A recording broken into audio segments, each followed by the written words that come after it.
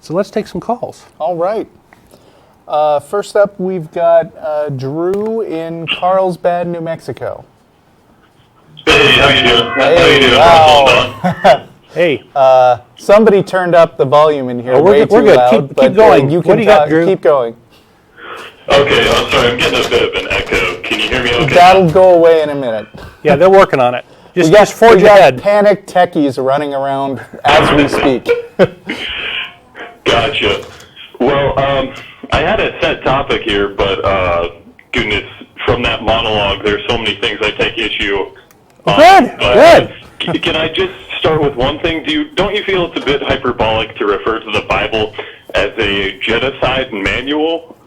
Well, you're given commands from your God to kill witches, and killing Jews and gays is okay, and lots of commands where God was told people, go slaughter the Canaanites and go slaughter the Amalekites and go slaughter these guys and go slaughter those guys.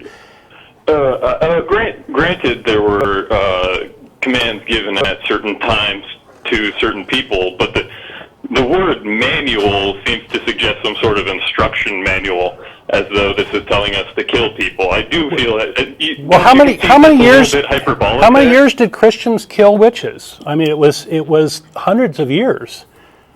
Well, I would have to see a history book stating that. I know of the Salem witch trials, and I do know that we have a bit of a lens that's kind of distorted what actually happened there. We do know that mass hysteria can creep into any culture, really, and lots of people have been killed based on false accusations of magic powers and those sorts of things. So the instance of the Salem witch trials happening in a Puritan society doesn't really...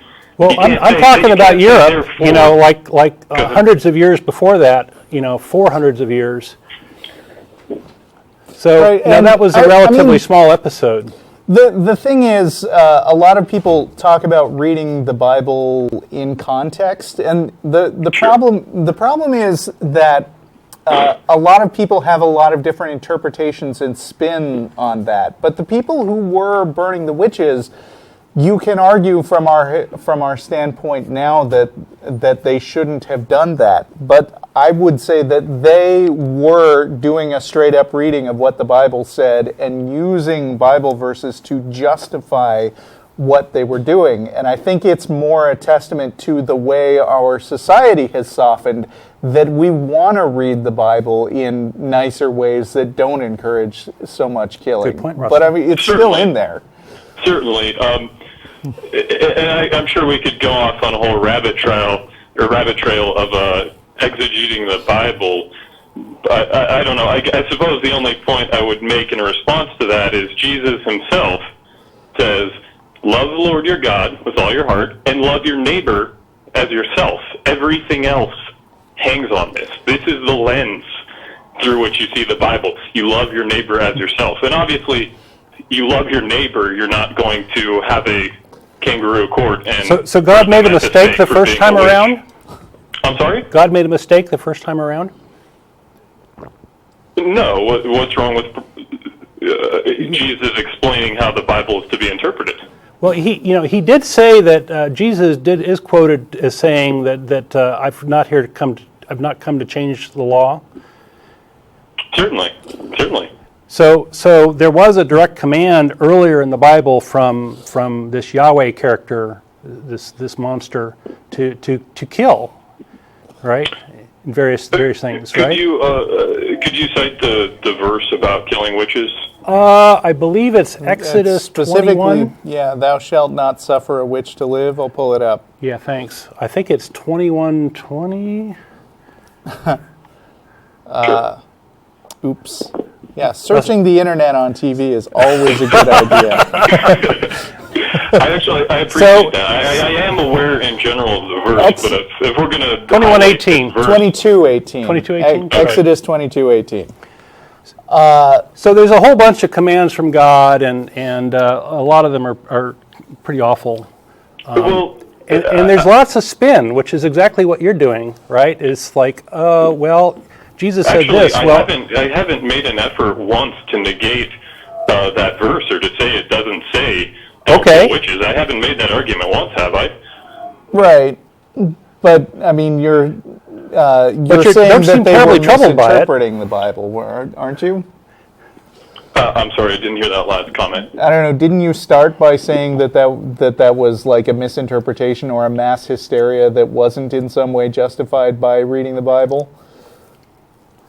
Yeah, I do maintain that. Sure, certainly. All right. So, are we talking like a 400-year mass hysteria? You would have to cite the history books for me on that. I do not know of 400 years of. Well, I mean, I'm wondering, like, when it comes to the loving God, like, would you say that having everyone die, having almost everyone on Earth die in a flood one day would be consistent with the highest commandment being love your neighbor as yourself? Consistent with love. Well, that's not analogous, because for you to kill a person is qualitatively different than special God, pleading, the author of life, to take away what He's freely and lovingly given in the first place. So God being the author... If you remember, if I can finish my point, please, yeah. I don't mean to be rude. Okay, go ahead. If you remember, at the time when God sent the flood, if we're to accept the Bible at face value, if that's what we're doing, we're playing a hypothetical that this actually happened, and therefore God's evil. At that time, the Bible says the imaginations of men was violence against one another continually, killing each other, hurting each other. Okay. And this is God. This is not you enacting judgment on another man. So there was nobody innocent who was killed in the flood, assuming that happened? Well, except for Noah and his family. Oh, so there was nobody who was like in the womb and unborn? Sure. And Sure they were evil, right? So you're saying the unborn were evil? Is that what you're saying? It's okay to kill the unborn because they're evil? I'm not going to make that argument. What I will make the argument is that for God to take a life is qualitatively different. I consider this whole thing fiction and just kind of creepy fiction. For God to specifically command you to take a life would also be different, right? Because here's the guy who's the author of the Bible, and he's saying, like, if God were to absolutely, positively appear before you in a burning bush and say, I want you to go kill this guy, he's evil, you wouldn't see that as inconsistent with the message of the Bible, right? This is kind of a gotcha question. But it happens. You're calling all an the time atheist in the show. world. Yeah, sorry. No, because you're conflating. I mean, the essence is that wouldn't happen. Oh, come on. Okay, but a minute ago, we've got lots of examples of a minute God. ago you were dismissing the stuff that happened. Foremost is you could bring up the slaughter of the Canaanites from Israel. In that case, I'm not trying to deny. How about Abraham and Isaac? Well, yeah. I mean, didn't go through with that.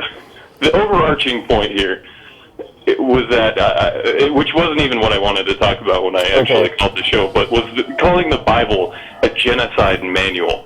I mean, let's say there are 55 chapters, which I would say is an overestimate, documenting people killed by God.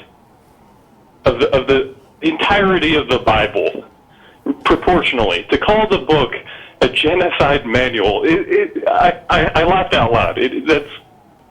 The New Testament, Christians think it's better, but in a lot of ways it's worse, because it introduces this idea of eternal torture, that if you don't follow God, you're going to be tortured for all eternity, and gee, isn't that much better than killing them, So some Christians don't believe in hell, so I maybe so. But that's how they choose. It's certainly a concept that's hard to wrap one's mind around, and I'm not.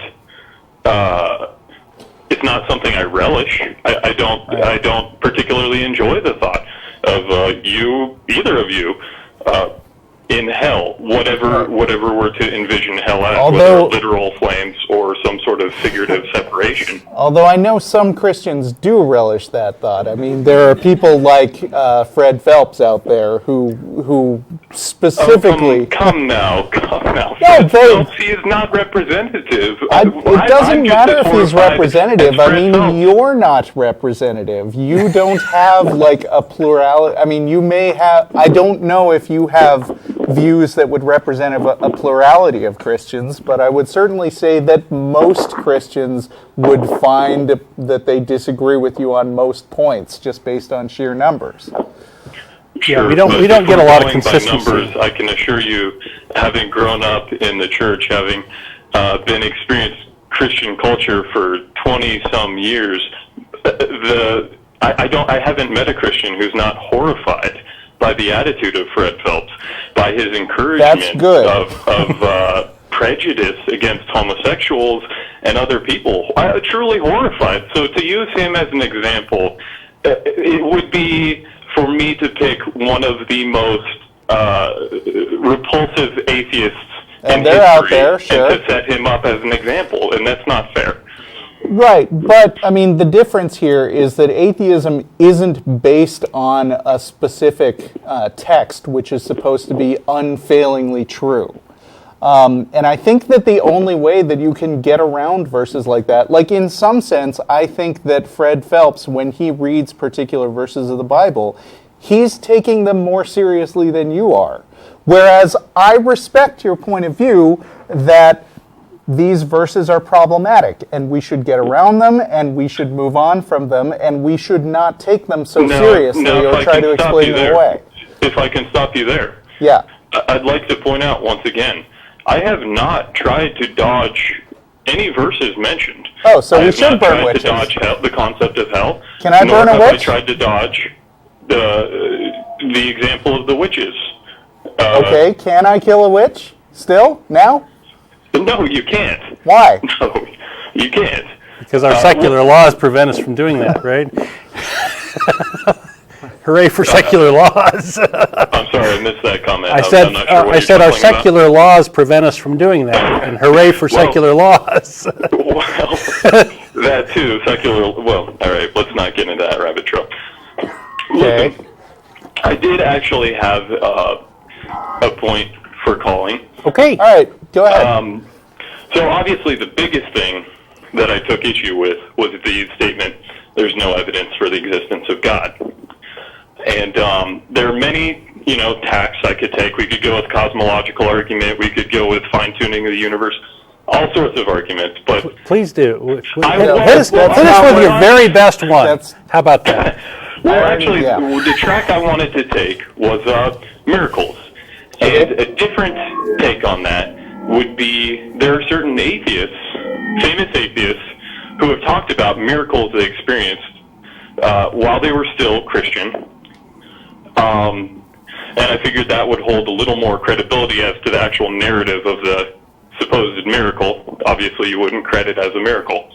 Like, can you give an example? Yeah, certainly. First off was Dan Barker. Okay. Who talked about when he was a Christian, he was at some sort of revival. Right. This is actually on YouTube. You can find this clip on YouTube. Yeah? I've read his books. I'm familiar with this story. Go ahead for our audience. Right. So he, in a moment of faith, I assume he was also very emotional in this moment, lays hands on a mute person, says, in the name of Jesus, I command you to speak. And the man opens his mouth and speaks. Actually, I'm not familiar with that story. Do you have you heard anything Dan Barker has said about the experience since he became an atheist? Oh, of course. I heard this story. He said this after becoming an atheist. He was recounting this story, and he was specifically asked, "Well, how do you explain that now? How have you reconciled what happened?" And he said, "I don't know." That's the right answer. You see, to say anything else would be an argument for ignorance. To assert it was God would be to say, I know it's God because you can't prove otherwise. Well, of course. And I'm not taking the track of certainty. What I'm saying is, I'm taking when Vic Stenger says that if there is a God, we should expect to see interventions and answers to prayer. Right, verifiable ones. And that's what this is. So when I'm saying, recounting what happened to Dan Barker, this is obviously one small example. But if we take the accumulation of these things, you see that's exactly what's happening. Vic Stenger is answered. There is indeed interventions in reality. That God does answer prayers. Miracles do happen. This is amazing to me because you talked about 400 years of mass hysteria to throw out the whole witches thing, but gosh, when somebody gets suggested in a sort of emotional religious moment that they can do something that maybe they didn't realize they can do, that's evidence for God? I think that's a false analogy, because with the mass hysteria thing, we're talking about 400 pages of history. We don't have a direct... Listen, conflating pages from the history books with a first-hand experience spoken from somebody with no bias to lie about what happened, because he was an atheist recounting a story. Do we have any doctor's evidence that this person was actually cured of something? I wish we did. I wish we did. Because Christians love to seize on these sorts of stories, and it's like, oh, that's good enough for me. I don't consider that the least bit persuasive. The problem is that, when we get these kind of evidence stories, what we get is personal testimonials from people in it who are sitting in a position where they have no ability to go back and demonstrate it. Whereas we actually second or have, third hand always. Yeah, not in Dan's Barker case, assuming this story actually happened that I haven't heard. You can find it on YouTube. Could you email it to us after the show? I mean, I'd like to check it out. I absolutely would. Can you give me an email to give you? TV@atheist-community.org. TG? TV, television, TV. Okay.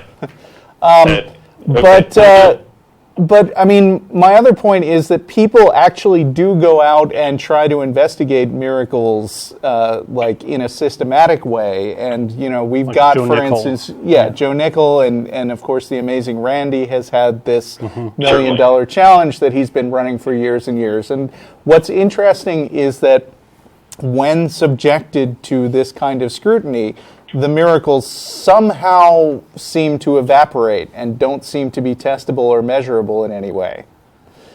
It's a legitimate complaint as to that particular story. I cannot verify it. I will offer up an answer that anticipate being rebutted in several ways. But I will say, if miracles are to occur, they're going to occur on God's terms, in the sense of God works in mysterious ways, and you cannot understand. Yes. Are you going to let me finish? Sure. I feel like I'm interrupted. Not to be rude, I do feel like I'm interrupted. Go ahead. Sorry if I'm being verbose. But I don't think you're going to experience a miracle that's going to be quantified and put into a test tube, because doesn't that negate the whole thing? Suddenly this becomes a science, and it's no longer, we believe God, who is a person in a sense. Why would he reduce himself to something measurable? Okay, X number of prayers equals Y amount of action. That's completely contradictory. That's completely antithetical to what we see in the Bible. So if we're going to see miracles, we would expect them to be inconsistent with how Tell you what, wait a minute. Why wouldn't he? Wouldn't that be a great opportunity to convince a whole lot of skeptics at once? That would be a negation of faith, would it not? Okay, well, we don't take faith seriously. I mean, this is exactly the same tactic that I would take if I were a con artist trying to get you to buy my stuff and saying, well, this stuff works on faith. You just gotta believe. Right. Yeah. I don't put belief in things just because somebody says so, is my point. And in general, I would agree that but not you in don't this take case. something at face value. I do believe in the concept of God. There is exceptional case. Okay. Which of course is why this is the Atheist Experience, and I'm a Christian man calling in. We have a very fundamental disagreement. But not in the case of, let's say, miracles in the Quran, I would bet. I would be very interested in hearing equivalent miracles to the ones I had ready to share with you guys. I have a Quran here today, how but I'm not going about to Joseph Smith looking in his hat and finding gold plates written in... yeah, that's right. The angel Moroni specifically dictated. If you honestly don't see a difference between the story of Joseph Smith and Dan Barker talking about his experience at this revival, then we may be on very irreconcilably different positions here. Well, I think the story of Joseph Smith and the golden plates is right now hearsay upon hearsay. Sure. From a guy who was noted to be a con artist versus Dan Barker, who's talking about... No, honestly, Joseph Smith, didn't he have other instances? I'm sorry, I'm a bit ignorant on the man overall. I understand he did have a history of cheating people. Absolutely. Yeah, he did, and that is one among many good reasons not to believe him. But even if he didn't have a history of being a con artist, I wouldn't buy the story, would you? No, of course not. Okay. I do take Dan Barker at face value when he, without having a bias or a reason to share this story, especially as an atheist, say the guy talked. What happens. Where's Jesus in this whole thing? Where's God in this whole thing? I don't see it. I'll bring it back to exactly what I said. Vic Stinger argues that if the Christian God exists, we should see these evidences, we should see these interventions. And that is one story of a couple more I had hoped to share. Right, at a rate much higher than chance, right? Yes. Okay. Yeah. Well, having this anecdote is interesting, and I look forward to watching the video. Sure. But Can I share a few more that are also verifiable right now in front of your computer? Give me one that's verifiable that it happened and was miraculous, and then I think we are going to have to move on to another caller. Well, I think you may be putting the threshold very high, but are you familiar with Luke Melhauser? No. Common Sense Atheism, it was at one time one of the most famous atheist blogs on the net. This story is still maintained. Strange that we both don't know about it. That. It's a little hyperbolic, but go ahead. I'm going to let you go on with that. I'd like to quote from a page that you can Google this right now. He's talking about his memories of being a Christian. Right. And he says, one time my church desperately needed $7,461 to keep going. Okay. After an all-night prayer meeting, my dad went to pick up the mail. It was a check for that exact amount down to the dollar from someone who didn't even know the church, but had heard one of the pastors speak a few years before. Okay. My dad contacted the giver, and she said that after she heard the pastor speak, she felt God wanted her to put some cash in an annuity to give to the church. Process took several years. Just days before she decided to close the account and send the accrued money to the church. And it happened to be the exact amount that was needed right after an all-night prayer. Still don't see any evidence for a God. He's speaking as an atheist. This is Luke Melhauser talking as an atheist, saying he's rejected the faith. How weird is it that Luke was able to not think that was evidence of a God? I mean, like, after he changed over. I mean, he had been through this experience directly, and yet that wasn't good enough for him to think that that was a God doing it. Right, and obviously I think he's quite foolish for so easily. He's going to go to hell. Right. Poor guy. Well, Drew,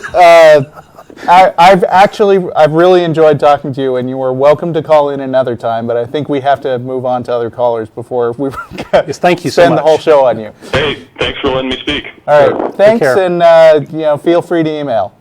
Okay, will do. Take care. All right, bye.